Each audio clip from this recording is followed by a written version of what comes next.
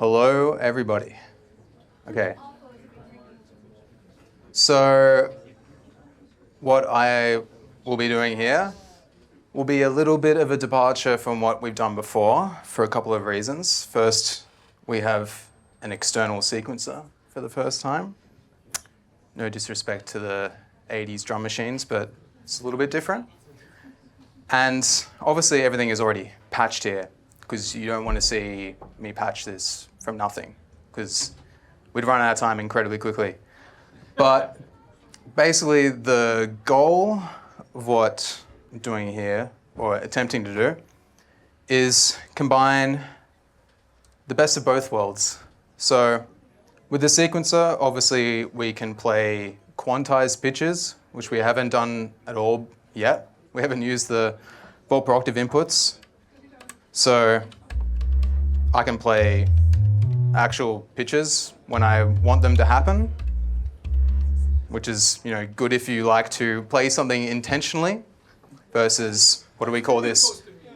Yeah. Well, the word generative isn't very good, but, ideas which arise through a system versus ideas which arise through intention.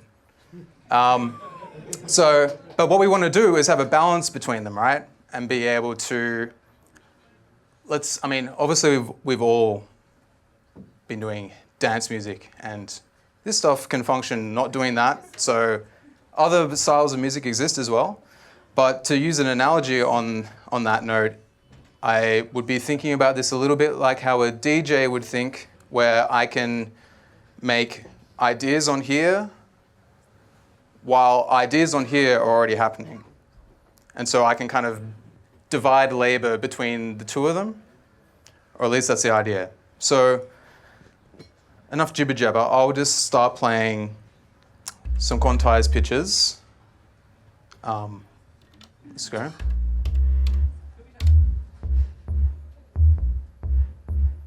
So this is one voice. I can make it brighter if I want to.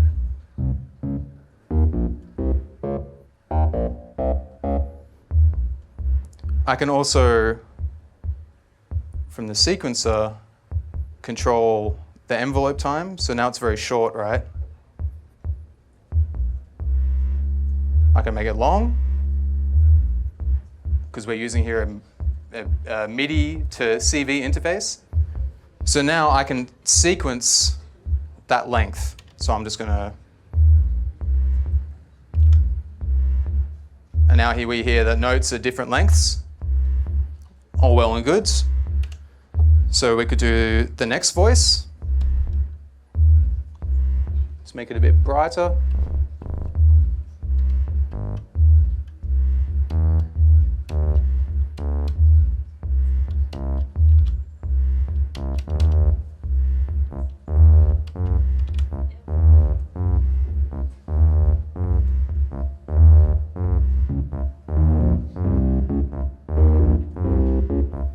Okay, so far we've only used this to generate information, right?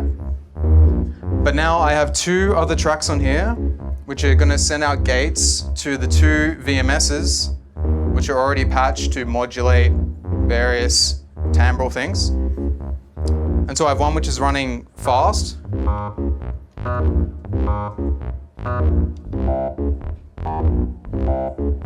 So we can now hear the timbre of the sound is being modulated.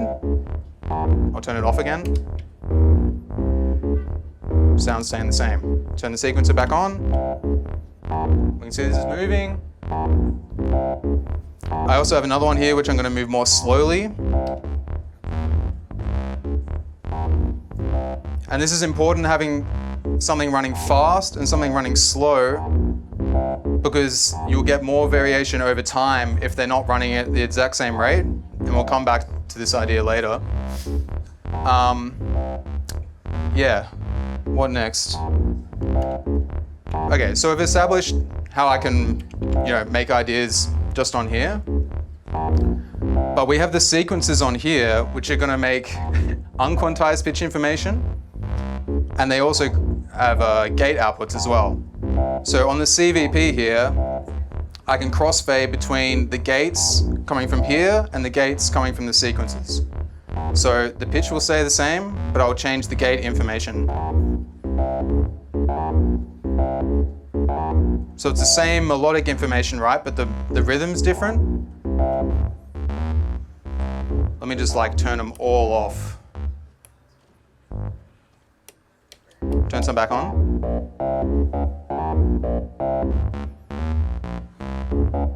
So we're getting more change over time, like this. Something I forgot to say about the whole volt per octave thing is that, so we have 2 volt per octave signals, all right? But with the sequence selector, I can swap which volt per octave is going to which voice.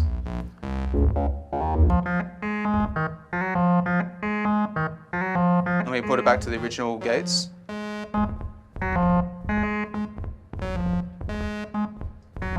The foundation oscillator is a very low pitch right now, so it's not very happy with that.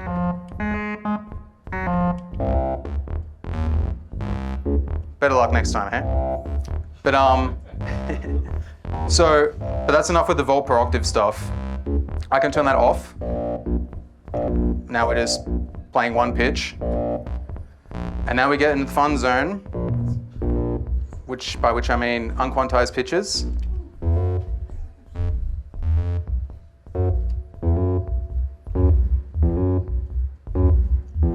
And unquantized pitches tend to sound a bit better with less harmonics, because then there's less timbral disturbance, or whatever you want to call it, between all the nonsensical pitches being placed together.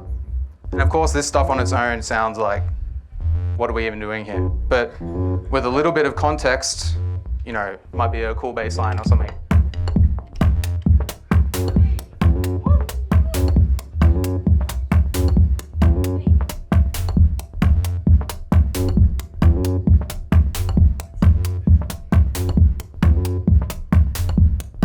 Make it a bit brighter again so we can hear the...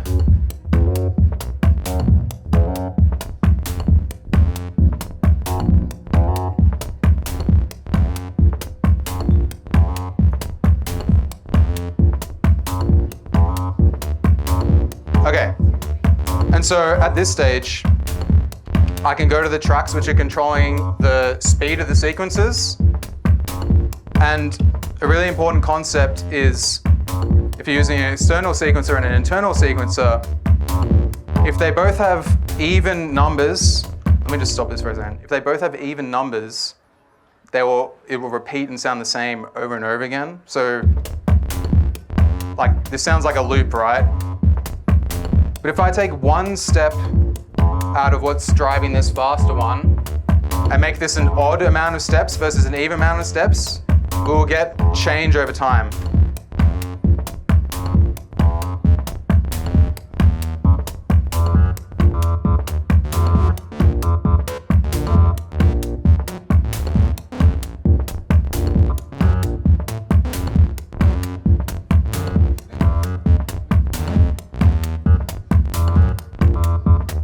I could take out a load of steps.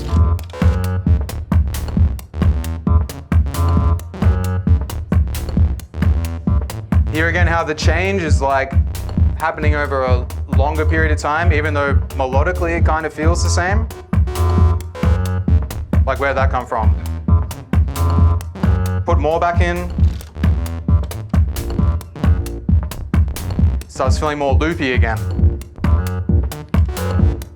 I can add more steps to the slower one.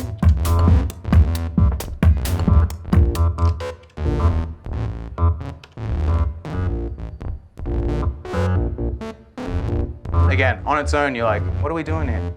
But that's the good thing about dance music, right? You can put a beat under it and you're like, oh, this is actually all right. Yeah. But, okay, so bring it back, yeah. So we're at this point where, like, okay, at the beginning I said the whole DJ analogy of like, you want to be able to concentrate on the thing which people can't hear while the thing which they can hear is already happening.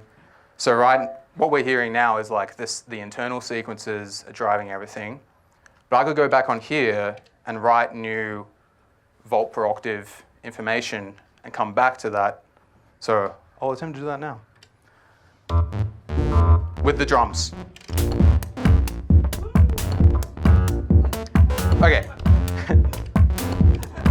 So I'll delete what I had before. Well, it stopped everything. Okay. Because what I did there was that the gates were coming from here. I need the gates to be coming from here. That's better. Okay, so now I can go on here without you guys hearing anything and make a new melodic idea.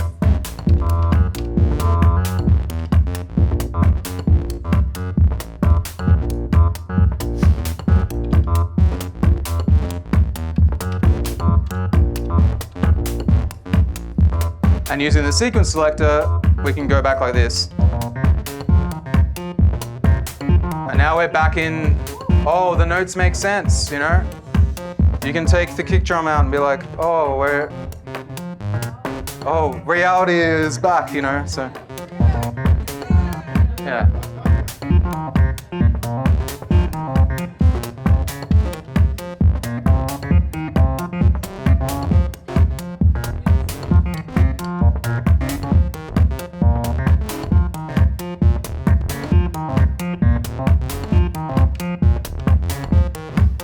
Yeah.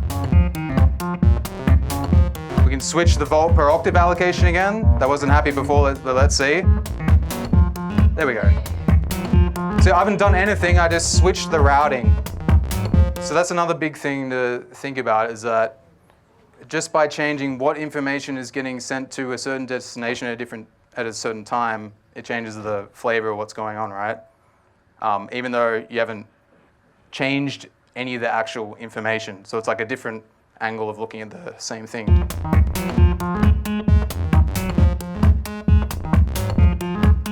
It's maybe a bit hard to differentiate the voices. So this is one voice.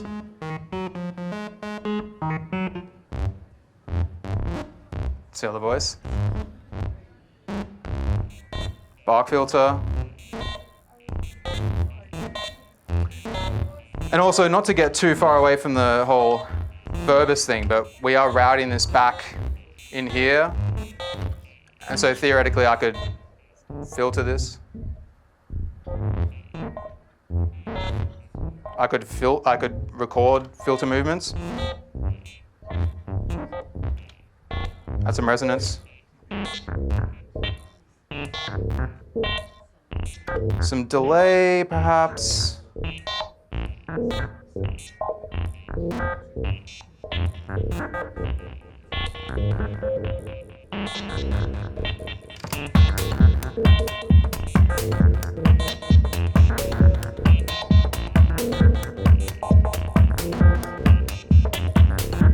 Okay, now I'll change the volt per octave allocation again, or assignment. So it feels different, right? It's not like it's a whole different track, but just by pressing a button, you get that amount of variation just from the overall system that you built up. So now we could go back to the internal sequencing. So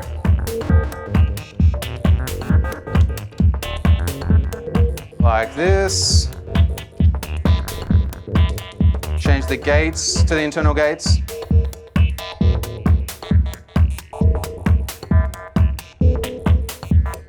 Turn some more gates on.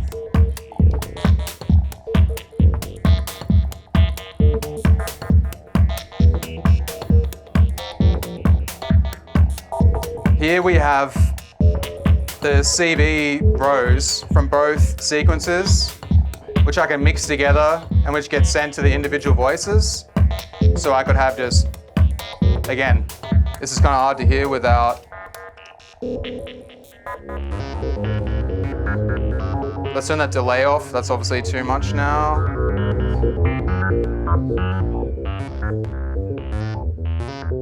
Okay, so I'm like, too many gates, so I can make it more sparse. by controlling the gates on here.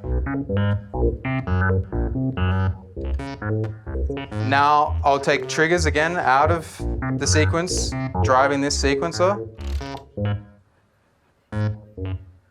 So we can immediately get a more sparse information just by the amount of triggers that have been sent here.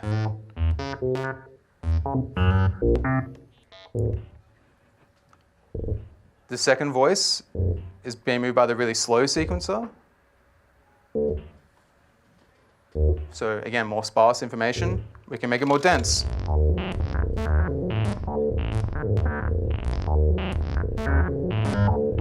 And make this one more sparse.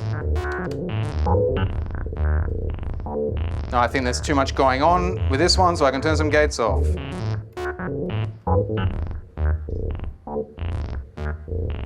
Context.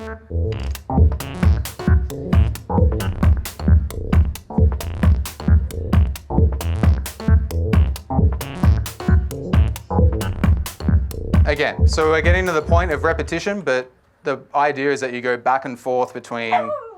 Oh, I'm upset too. I'm very sad.